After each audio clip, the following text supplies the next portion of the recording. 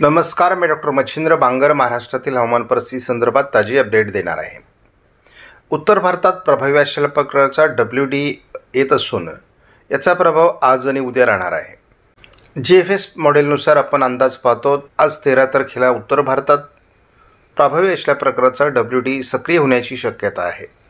त्याच दरम्यान केरळ आणि पूर्व भारतात देखील पावसाची परिस्थिती असणार आहे. 14 तारखेला मात्र याचा प्रभाव थोड्या प्रमाणात कमी होण्याची शक्यता दाखवण्यात आलेली आहे. 16 तारखेला थोडं वातावरणात पुन्हा ओरिसा आणि छत्तीसगडच्या दरम्यान बदल व्हायला सुरुवात होईल. एक पावसाची परिस्थिती मध्य भारताकडे सरकताना आपण बघतो. हे वातावरण साधारणपणे पूर्व विदर्भात, मध्य प्रदेशच्या आणि छत्तीसगडच्या काही भागात 18 तारखेला असण्याची शक्यता आहे. या वातावरणात आणखी जोर 19 तारखेलाही तयार होण्याची शक्यता आहे. आपण बघतो एक कमी दाबाचं क्षेत्र किंवा पावसाचं क्षेत्र पश्चिम बंगाल, ओरिसा, छत्तीसगड असं तयार होण्याची शक्यता आहे. 21 तारखेला हे पूर्व भारताकडे सरकणार आहे. 22 तारखेलाही थोडं पूर्व भारतात पावसाळी वातावरण राहणार आहे. ECMWFच्या AIFS मॉडेलनुसार अतिशय छोटी ढगाळ परिस्थिती देखील या मॉडेलमध्ये दाखवली जाते, पावसाची परिस्थिती दाखवली जाते. त्यामुळे आपण या मॉडेलचा समावेश केलेला आहे.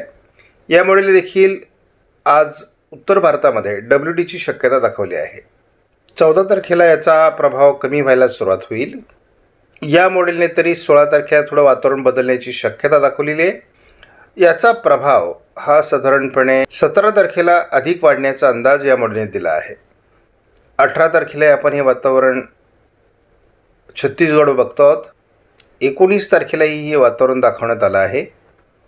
20 तारखेला हे वातावरण पुन्हा एकदा बंगालच्या उपसागराकडे सरकण्याची शक्यता असून पूर्व भारतात त्याचा पावसाळी प्रभाव तयार होईल. 24 तारखेला एक प्रभावी WD उत्तर भारतात येण्याची पुन्हा शक्यता आहे. 25 तारखेला महाराष्ट्रासहित भारतातील अनेक भागात ढगाळ वातावरण वाढणार आहे.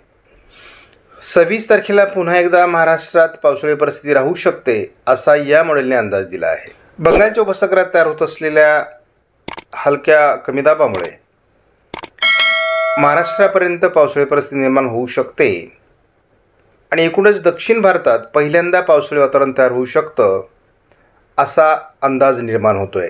त्यामुळे मार्च महिना हा 22 तारखेनंतर थोडा पावसाळी ठरण्याची शक्यता आहे.